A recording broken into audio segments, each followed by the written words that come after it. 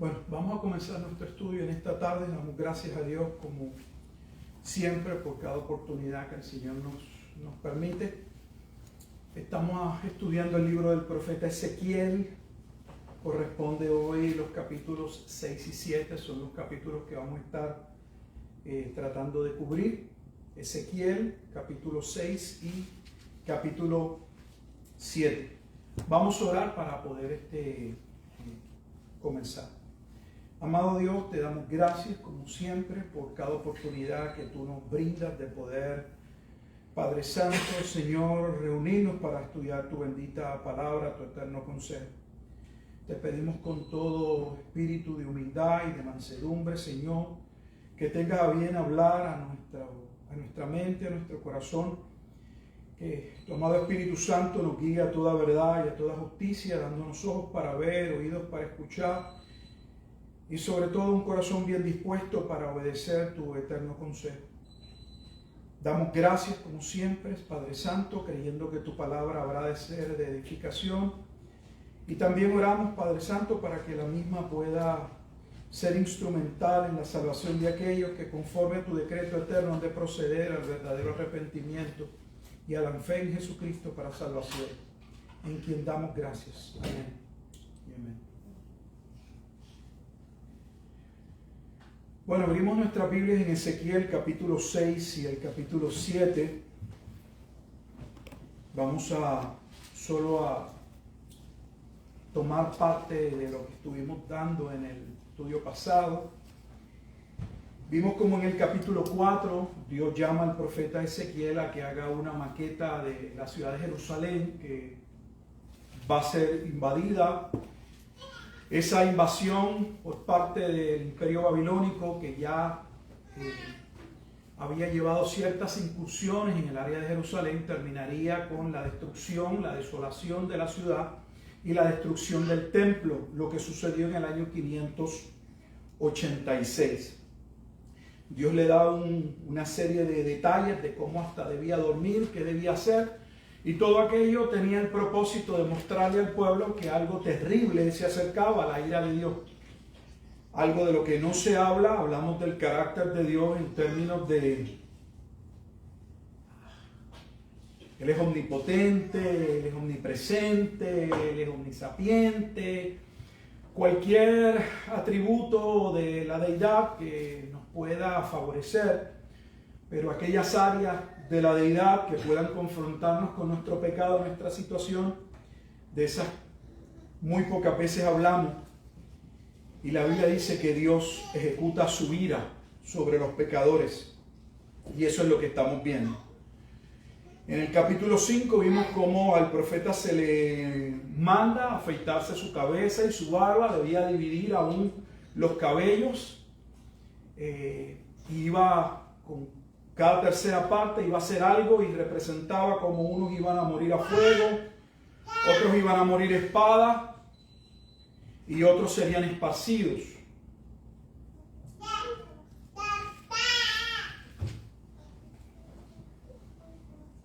Dios le dice al pueblo de Jerusalén que haría algo con ellos que no había hecho en otros momentos.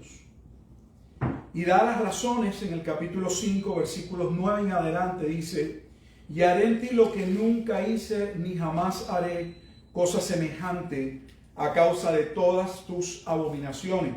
Así que el juicio vendría por causa de la condición de pecado en la que se encontraba Jerusalén. Vendrían los 4 juicios terribles que se mencionan en el versículo 12. Una tercera parte de ti morirá de pestilencia y será consumida de hambre en medio de ti. Y una tercera parte caerá espada alrededor de ti. Y una tercera parte esparciré a todos los vientos. Y tras ellos desenvainaré espada. Estos juicios que estamos viendo en el capítulo 5, versículo 12, son descritos en el capítulo 14 de Ezequiel, versículo 21, como los 4 juicios terribles, que son juicios que hablamos, y lo vamos a ver ahora en la continuación del 6 en adelante, están vinculados a aquellas maldiciones que vendrían contra el pueblo por su pecado, por su falta de arrepentimiento, por la violación del pacto mosaico. Capítulos que se deben leer para entender por qué la gravedad y lo que sucede. Nuevamente sería Levítico capítulo 26 y en el libro de Deuteronomio 28 hasta el capítulo 32. El capítulo 6 inicia con la profecía contra los montes de Israel. Y leemos la palabra de Dios y dice: vino mi palabra de Jehová diciendo: hijo de hombre, pon tu rostro hacia los montes de Israel y profetiza contra ellos. Y dirás: montes de Israel, oíd palabra de Jehová el Señor. Así ha dicho Jehová el Señor a los montes y a los collados, a los arroyos y a los valles. He aquí que yo haré venir sobre vosotros espada y destruiré vuestros lugares altos. Vuestros altares serán asolados y vuestras imágenes del sol serán quebradas. Y haré que caigan vuestros muertos delante de vuestros ídolos. Y pondré los cuerpos muertos de los hijos de Israel delante de sus ídolos. Y vuestros huesos esparciré en derredor de vuestros altares. Donde quiera que habitéis, serán desiertas las ciudades y los lugares altos serán asolados. Para que sean asolados y se hagan desiertos vuestros altares, y vuestros ídolos serán quebrados, y acabarán vuestras imágenes del sol serán destruidas, y vuestras obras serán deshechas. Y los muertos caerán en medio de vosotros, y sabréis que yo soy Jehová.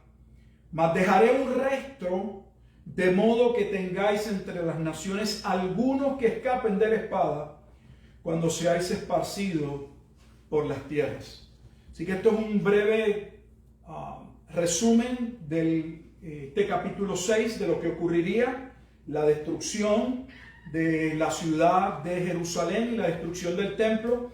Y hemos dicho y nos reiteramos en que lo que sucede, el escenario, la situación que ocurre ante la destrucción del primer templo, el templo de Salomón, es muy parecido a lo que luego vemos que va a ocurrir cuando Daniel recibe la profecía sobre una nueva desolación en el tiempo del Mesías que llevaría nuevamente a la destrucción del segundo templo, ese templo que fue destruido en el año 70 de la era cristiana.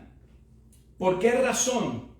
Por causa de la fornicación, por causa de su pecado, porque Judá se había convertido en una mujer adúltera, fornicaria. Esto es también vital para entender luego a quién se refiere el libro de Apocalipsis con una mujer adúltera. Y lo podemos ver en el versículo 9, dice: y los que de vosotros escaparen se acordarán de mí entre las naciones, en los cuales serán cautivos. Dios iba a preservar un remanente. Dice: porque yo me quebranté a causa de su corazón fornicario que se apartó de mí, y a causa de sus ojos que fornicaron tras sus ídolos, y se avergonzarán de sí mismos a causa de los males que hicieron en todas sus abominaciones. Lo que estamos viendo fue profetizado, de hecho no solamente fue profetizado en Levítico capítulo 26, Deuteronomio 28 al 32, sino que alguien podría tal vez pensar que aquí se está cumpliendo el cántico profético de Moisés en Deuteronomio 32, porque allí se anunciaba que el pueblo posteriormente abandonaría a Dios, entregaría a los ídolos y vendría la ira de Dios. Y ciertamente estamos viendo la ira de Dios sobre una ciudad que se ha apartado, que se ha entregado a la idolatría, adorando a otros pueblos, Sin embargo, hay algo en el cántico profético que no se está cumpliendo y que no se va a cumplir en esta desolación. Y es que en el momento en que desatara la ira de Dios, según el cántico profético, ocurriría en los postreros tiempos, lo que no corresponde con este tiempo. Pero el punto clave es que dentro de la ira de Dios, Dios provocaría a ira al pueblo de Israel con un pueblo que no era pueblo. Y eso no sucede en este momento dado.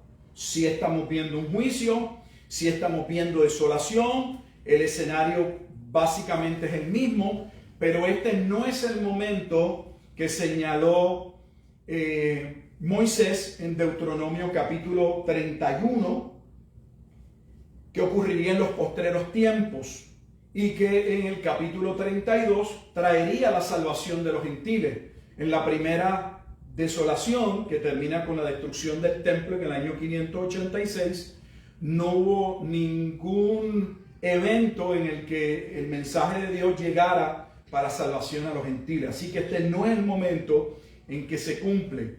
Ese escenario es el escenario de la destrucción del segundo templo. Allí sí se cumple. Allí dice la Escritura que se estaba cumpliendo los postreros días. Los 4 juicios terribles son nuevamente mencionados en el capítulo 6, versículo 11. Dice: así ha dicho Jehová el Señor: palmotea con tus manos y golpea con tu pie y di: ay por todas las grandes abominaciones de la casa de Israel. Recuerde que cuando ese ay se expresa, esa proclamación es una proclamación de una profecía de juicio, y es lo que estamos viendo. ¿Por qué? Por la grande abominación que han hecho naciones paganas, no, el propio pueblo de Judá, descrito como la casa de Israel, porque ellos son parte de ese Israel. Claro, en el momento histórico en el que ocurre, sabemos que se dividieron en el año 930 entre el reino del norte y el reino del sur.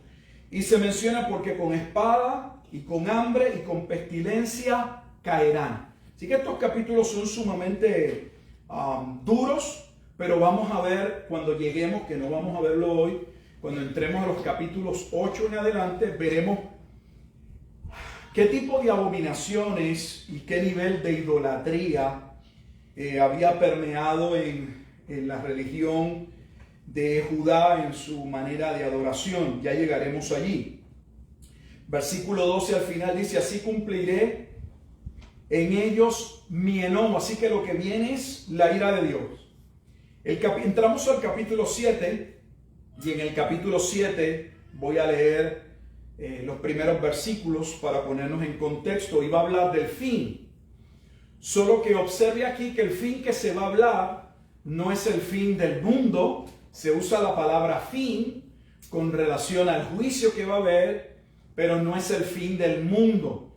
Y debemos tener mucho cuidado, porque el lenguaje como este se expresa no solo aquí, sino en otras partes, aún en el Nuevo Testamento, e inmediatamente algunos brincan a la conclusión de que si dice fin, no diga que no es el fin del mundo. Debe ser el fin del mundo, porque ahí dice que el fin viene.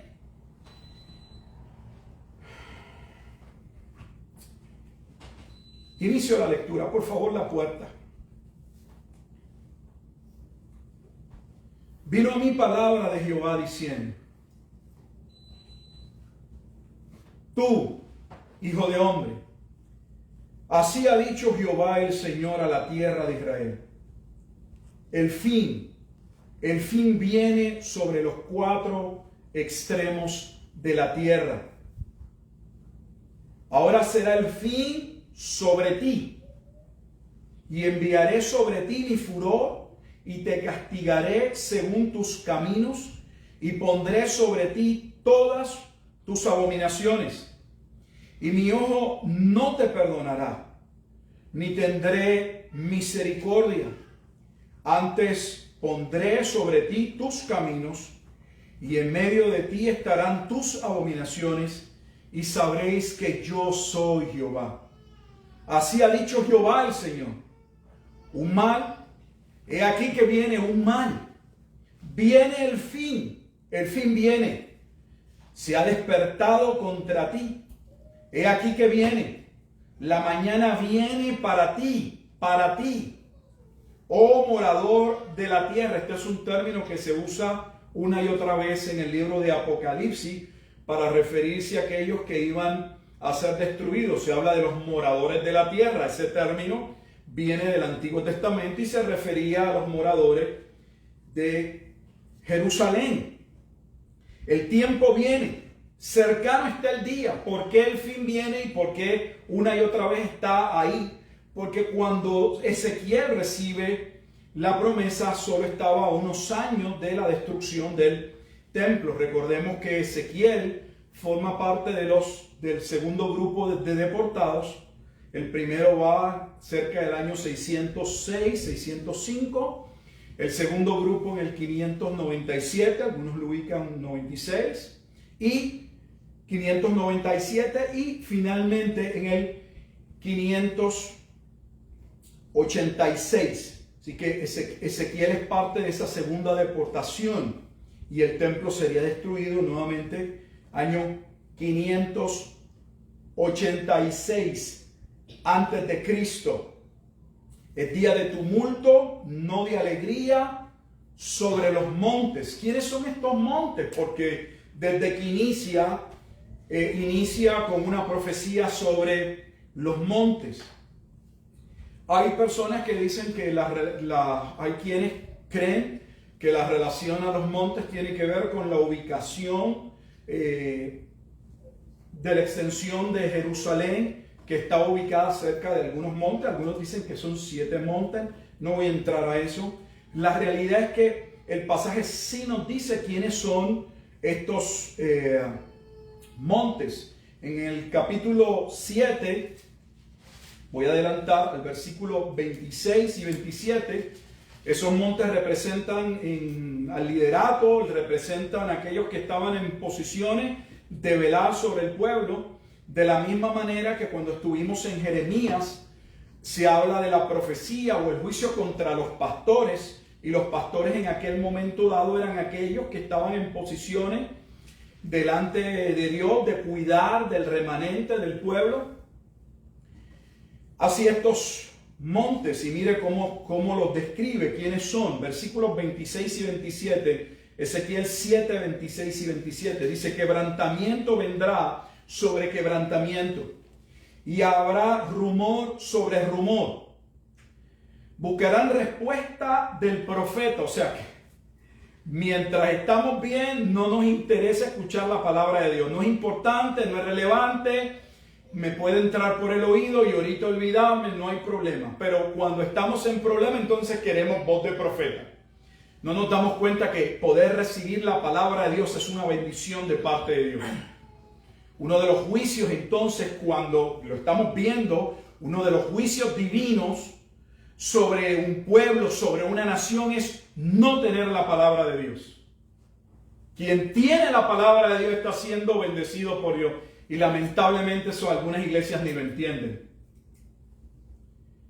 Mas la ley se alejará del sacerdote. Fíjense entonces que ahora va a describir quiénes son los montes.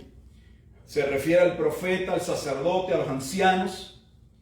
Mas la ley se alejará del sacerdote y de los ancianos el consejo. El rey se enlutará y el príncipe se vestirá de tristeza.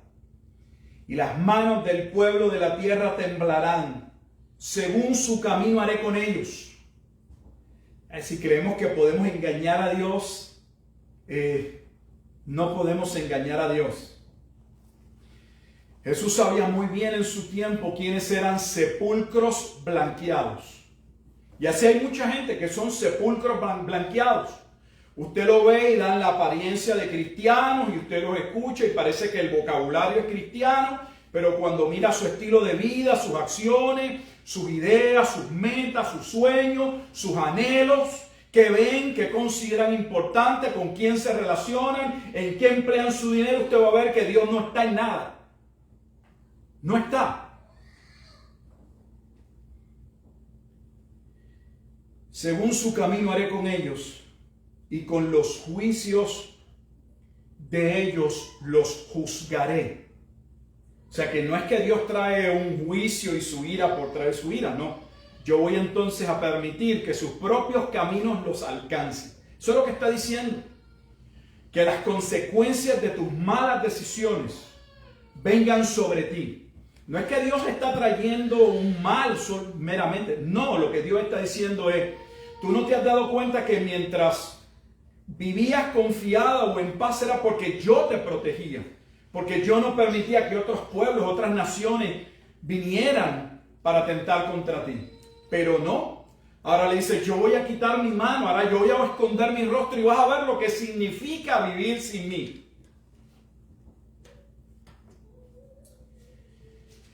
Así que la profecía en el capítulo 7, versículos 26 al 27, cubre la extensión completa, la nación completa. El juicio vendrá, como dice el capítulo 7, versículo 2, sobre los 4 extremos de la tierra. Y aquí nuevamente, los 4 extremos de la tierra. No es toda la tierra. No es toda la tierra. Es el concepto de la tierra ligado al pacto. A mí me da pena que muchas personas no han sido instruidas, no entienden, no se las ha educado bien.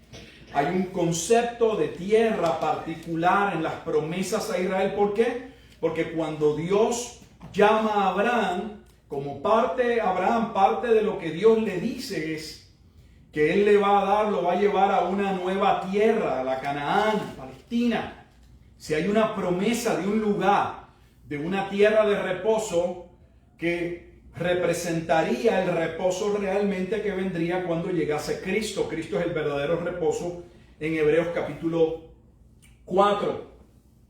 Que viene un fin, pero es un fin contra esta nación. No es un fin del mundo. Y los 4 extremos de la tierra en el versículo 2 no representa toda la tierra, sino sobre toda Jerusalén. O sea, la situación no va a ser particularmente en una sola ciudad, sino va a arrasar a toda la extensión de Judá. ¿Por qué Dios va a derramar su ira? Una vez más, versículo 8, capítulo 7, versículo 8. Ahora pronto derramaré mi ira sobre ti.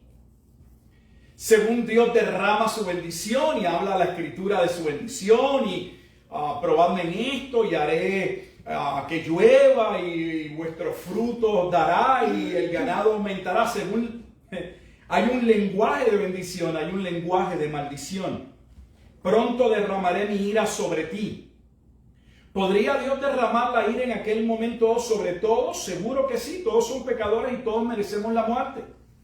Pero este no es el juicio final, sino un momento en que Dios determinó castigar a el pueblo de Judá. Y cumpliré en ti mi furor, y te juzgaré nuevamente según tus caminos, y pondré sobre ti tus abominaciones, y mi ojo no perdonará. Tocamos esto la vez pasada, donde hay un concepto de que Dios tiene que tener gracia, de que Dios debe ser misericordioso, y es algo lamentable que pedimos, es más, que exigimos que Dios debe tener misericordia.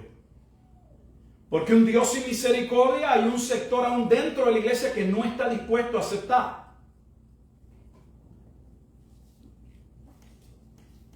Y mi ojo no perdonará ni tendré misericordia. Según tus caminos pondré sobre ti, y en medio de ti estarán tus abominaciones, y sabréis que yo Jehová soy el que castiga.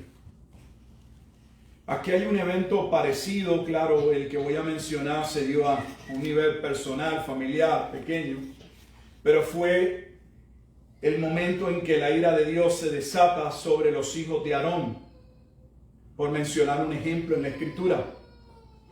Como la Biblia señala que Aarón se turbó y que su propio hermano Moisés tuvo que decirle: Aarón, esto que está sucediendo, esto que está pasando fue lo que Dios nos dijo.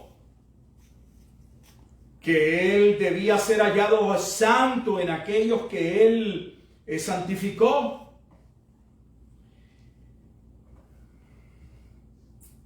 el capítulo 6 y 7 están ligados a la violación del pacto, específicamente voy a repetir en Levítico 26. ¿Por qué es importante? Porque el libro de Levítico es un libro que enfatiza que el pueblo de Israel debía ser un pueblo santo, porque Dios es santo. Y podemos hablar de la santidad de Dios y pensamos que solo debemos hablar y pensar en la santidad de Dios o en la justicia de Dios, pero se nos olvida muchas veces, sea por ignorancia o sea inconscientemente, y espero que no consciente, que no se trata solo de que Dios sea santo, sino que el propósito de Dios para su pueblo es que su pueblo sea santo. El Nuevo Testamento dice: sed pues santos porque yo soy santo. Dice: sin santidad nadie verá al Señor. Entonces, si no se evidencia esa transformación, ese cambio, ese deseo de querer agradar a Dios, de arrepentirnos de nuestros pecados y buscar a Dios, ¿qué evidencia tenemos de que somos parte del pueblo de Dios? Una confesión de un año, de un momento dado, donde escuchamos un mensaje y aparentemente, alegadamente, sentimos algo. ¿Alguien oró por nosotros? La verdadera evidencia de la salvación es un cambio en el ser. Si ese cambio no está presente y no se ve una progresión en ese cambio, hay un problema. No hay realmente testimonio de salvación. La Biblia dice que los creyentes son como la luz de la aurora, que va en aumento. Eso no significa que no haya momentos en que el creyente peque, tenga que arrepentirse, 7 veces cae el justo, vuelve a levantarse, pero hay personas que parecería que toda su vida están en el lodo. Todo el tiempo están enlodados. No se pueden levantar, todo el tiempo resbalan en el lodo. Entonces hay un problema. Porque el creyente que alega que es salvo, pero como dice segunda de Pedro, regresa a enlodarse como la puerca en el lodo, ahí no hay salvación. No hay salvación. Versículo 10, Dios le dice: el fin viene. He aquí el día, he aquí que viene. Quien ha leído el libro de Apocalipsis y está leyendo Ezequiel capítulo 7 puede ver claramente esa insistencia, lo que está cerca. Viene pronto. Es exactamente el mismo lenguaje que se usó antes de la destrucción del primer templo. Luego vemos ese lenguaje en el libro de Apocalipsis. Se habla no solo de una profecía de juicio, sino de una profecía que está ubicada en un tiempo cercano. Y es lo que estamos viendo.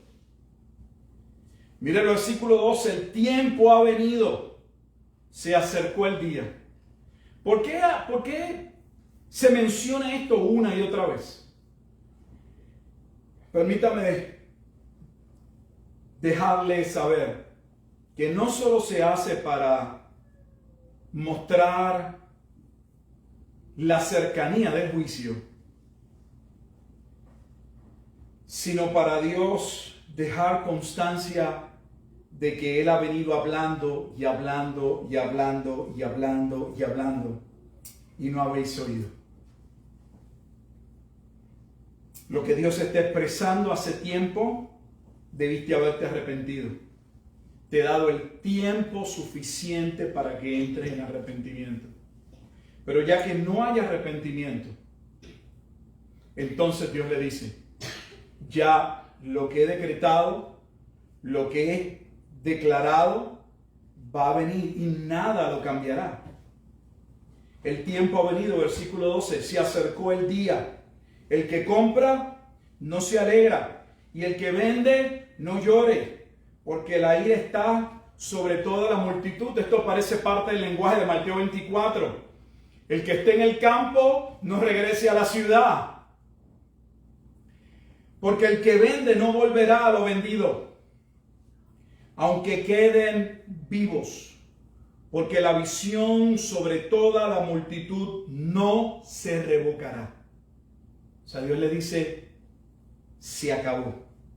No hay marcha atrás. Punto de no retorno. Porque la visión sobre toda la multitud no se revocará. Versículo 13. Y a causa de su iniquidad, ninguno podrá amparar su vida. O sea que los que crean que cuando llegue el momento van a poder hacer algo para salvarse, para preservar su vida, será imposible.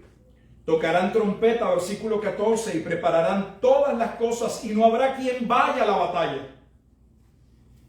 Israel es conocido por un pueblo de la antigüedad, guerrero, pero no entendían, y se ven muchas de estas profecías, que la razón por la que ellos vencían no eran porque ellos tenían una habilidad, porque eran superiores, sino porque Dios estaba con ellos.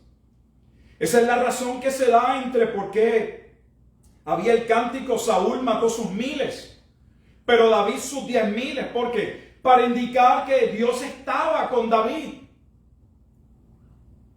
Dice, se va a tocar la trompeta y van a estar tan atemorizados que no van a salir a la guerra. Y vuelve y les dice los juicios que van a venir, versículo 15. De afuera, espada. De dentro, pestilencia y hambre. Los que salgan a pelear, lo que está diciendo en palabras sencillas, los que salen a pelear van a morir en el campo de batalla. Y los que ustedes preservan dentro de las murallas para tratar de, valga la redundancia, preservar sus vidas, el hambre y las enfermedades los van a matar. Y el que esté en el campo morirá a espada, y aquel que esté en la ciudad lo consumirá el hambre y la pestilencia. Ahí está claro. Y los que escapen de ellos huirán y estarán sobre los montes como palomas de los valles, gimiendo todos cada uno por su iniquidad. Los versículos 20 al terminar el capítulo 7 hablan de la razón nuevamente del juicio.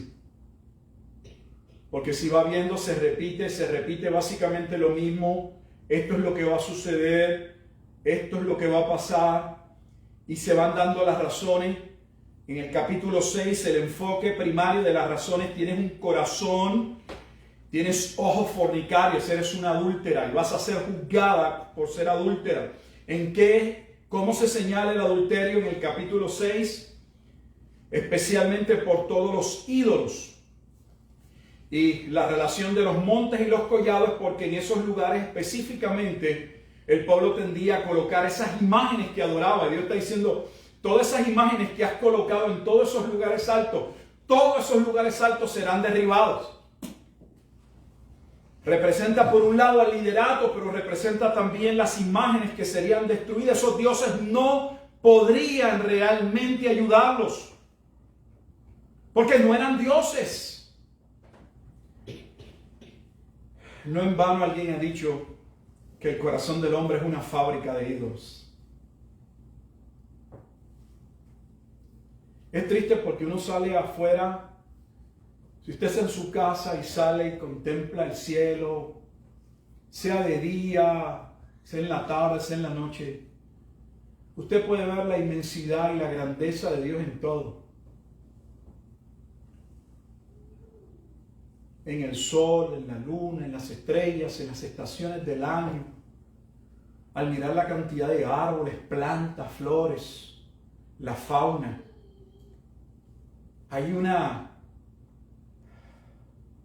hay sabiduría en todo lo creado, hay diseño, hay propósito. Sin embargo, no rehuimos de Dios. Y como dice Romanos 1:18, tendemos a esconder la verdad. pero sí podemos entregar nuestro corazón a ídolos que nosotros mismos fabricamos o a cosas creadas y no al Creador, como dice Romanos 1, 18 en adelante. Y eso trae la manifestación de la ira de Dios, porque lo que de Dios se conoce le fue manifestado. Dice que el ser humano no es un ignorante, no somos ignorantes. La creación habla de Dios. No puede llevar a una persona a entender su necesidad de arrepentimiento. La creación no puede llevar a un individuo a entender el sacrificio vicario, la expiación, la redención de Cristo sobre la cruz. Pero ciertamente le habla de un creador. El pueblo adoraba, ya veremos cuando lleguemos a Ezequiel capítulo 8. Se postraba ante una obra de arte, un cuadro, pero no ante Dios. Así que Dios les dice nuevamente las razones del juicio y se las recuerda. En el versículo 20 dice: por cuanto convirtieron, escuche, la gloria de su ornamento en soberbia, e hicieron de ellos las imágenes de sus abominables ídolos. Por eso se lo convertí en cosa repugnante. En mano de extraños la entregué para ser saqueada. Y será presa de los impíos de la tierra y la profanarán. Está hablando de la ciudad. Y apartaré de ellos mi rostro. O sea, quedarán sin mi protección total. Y será violado mi lugar secreto. ¿Cuál es el lugar secreto que está hablando? Está hablando del templo. Pues entrarán en él invasores y lo profanarán. Y el versículo 22 de Ezequiel 7 no está diciendo que la profanación del templo por la que viene el juicio es la profanación que llevaron a cabo los babilonios en este momento dado en que van a destruir el templo. La desolación viene porque el pueblo mismo ya había desolado, ya había cometido un sinnúmero de pecados dentro del templo. Lo que Dios está diciendo es: yo voy a permitir que ellos tomen posesión y control de todo.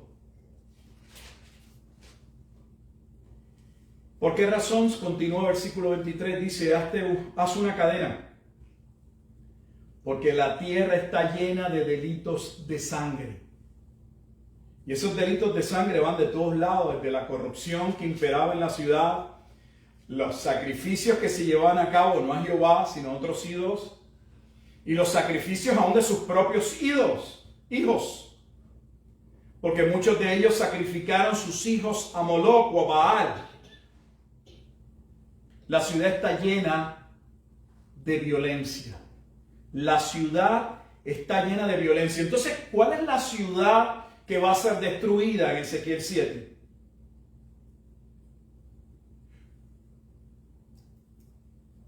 La ciudad que en Ezequiel 6 es una ciudad fornicaria o adúltera. Ezequiel 6:9. Estamos viendo el mismo cuadro luego en el libro de Apocalipsis. Hay una gran ciudad que va a ser juzgada por Dios duramente, porque debiendo ser una ciudad santa para Dios, se había prostituido.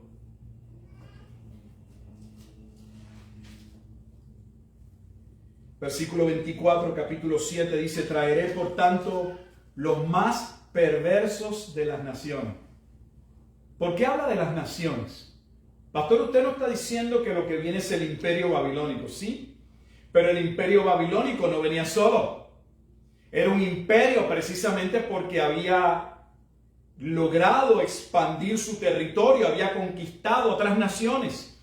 Y ya hemos dicho que esas otras naciones no solamente debían un tributo, unos taxes, tenían que pagar unos impuestos a Babilonia, sino que en ocasiones de guerra les era requerido que también sus ejércitos participasen al lado del imperio en ese momento dado. Así que vendrían un sinnúmero de naciones, como pasa en el libro de Apocalipsis.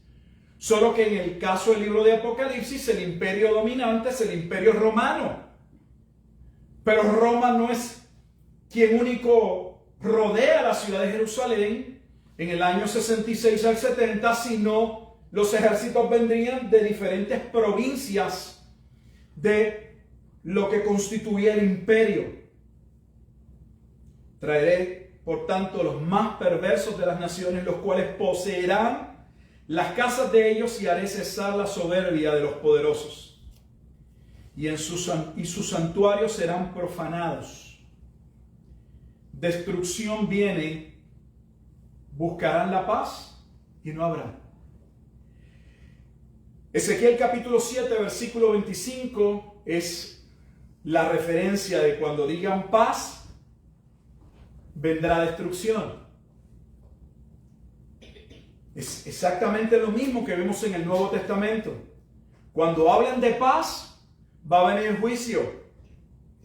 Y ese juicio nadie, como hemos visto, podrá detenerlo. Dios dice que Él no revocará el juicio. Así que, ¿qué tenemos en Ezequiel capítulo 6 y 7?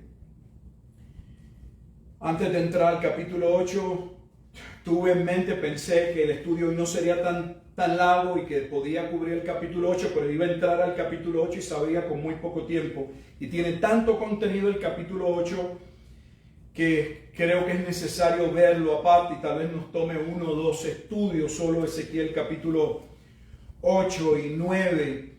Así que, ¿qué hemos visto en Ezequiel capítulo 6 y 7 para resumir?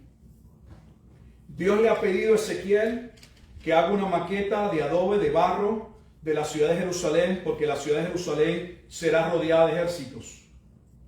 Viene destrucción, viene juicio. La espada de Dios va a venir sobre ellos. Va a venir hambre, va a haber pestilencia. ¿De dónde salen esos juicios? Salen por violación del pacto, vienen del libro de Levítico, nuevamente capítulo 26. Y también de las maldiciones anunciadas en Deuteronomio 28 al 32. Era una ciudad que se había prostituido. Ezequiel capítulo 6, versículo 9 dice que su corazón era fornicario y sus ojos fornicarios. En otras palabras, que lo que deseaban sus ojos, deseaba su corazón. Estaba podrida totalmente la ciudad, corrupta, impía. Así que vendría el fin. El fin, versículo 3, sobre ti. No era un fin sobre toda la tierra, en términos del mundo, sino sobre toda la tierra. Ezequiel 7:2 en términos de la extensión del imperio de Judá. Dios no perdonaría al pueblo. No había manera de dar para atrás. 7:13. La visión sobre toda la multitud no se revocará. O sea, lo que yo he hablado va a ocurrir, nadie lo va a poder cambiar.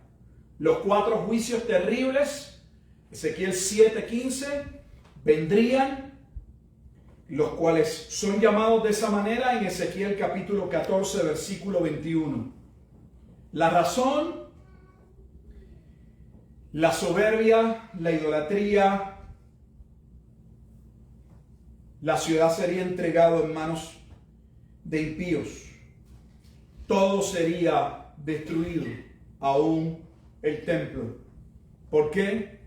La tierra estaba llena de sangre, versículo 23, y de violencia. Y cuando buscaran la paz, versículo 25, vendría destrucción. Quebrantamiento sobre todos. En el momento entonces que buscaran la paz, no encontrarían la paz. En el momento en que fueran al profeta, no habría palabra de Dios. La ley se alejaría del sacerdote y de los ancianos el consejo. El rey se enlutará, versículo 27. El príncipe se vestirá de tristeza y las manos del pueblo de la tierra temblarán. ¿Por qué? Terminamos, dice, según su camino haré con ellos y con los juicios de ellos los juzgaré. Y sabrán, y aquí antes de terminar necesito detenerme, y sabrán, escuchen, que yo soy Jehová. Antes de orar,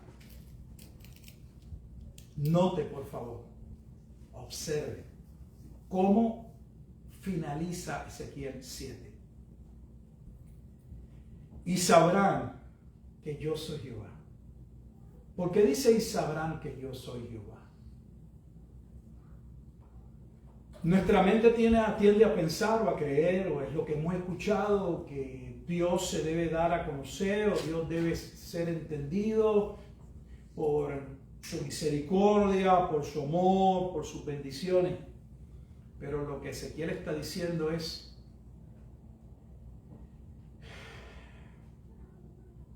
que la ira de Dios, el juicio de Dios, habla de quién es Dios.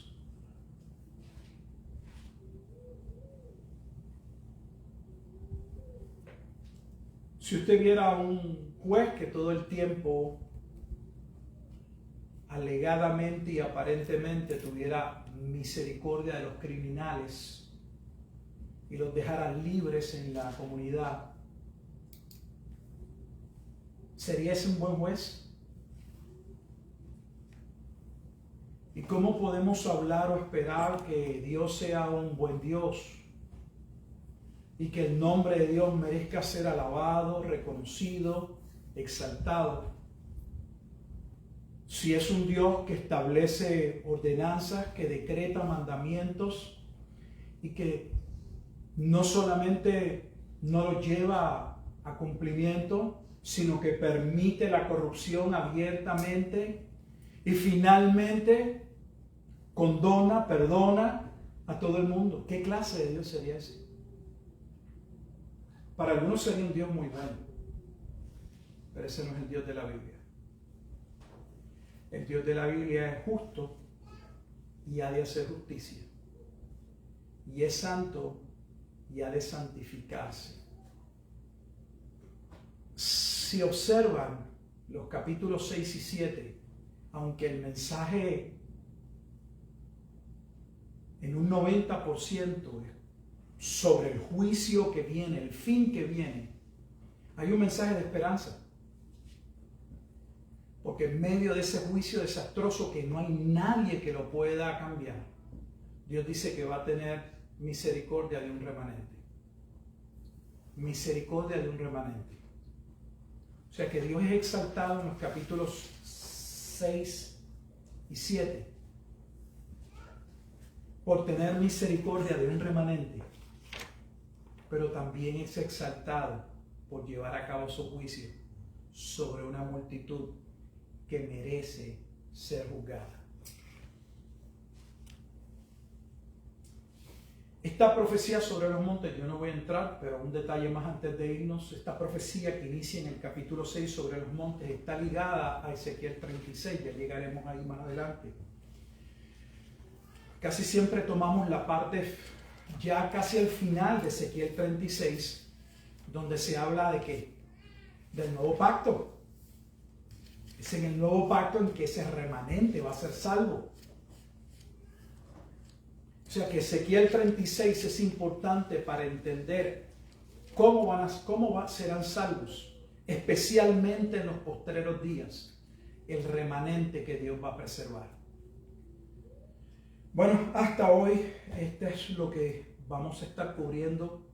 Vamos a orar y Dios nos ayude a poder continuar en este libro, que como ven son libros con un tono un tanto duro, pero es que hablan de la realidad de nuestro pecado. Uno mira a cada uno de estos profetas y va profeta tras profeta y es mensaje de juicio, de arrepentimiento, en su mayoría. ¿Dónde está ese mensaje en los púlpitos hoy?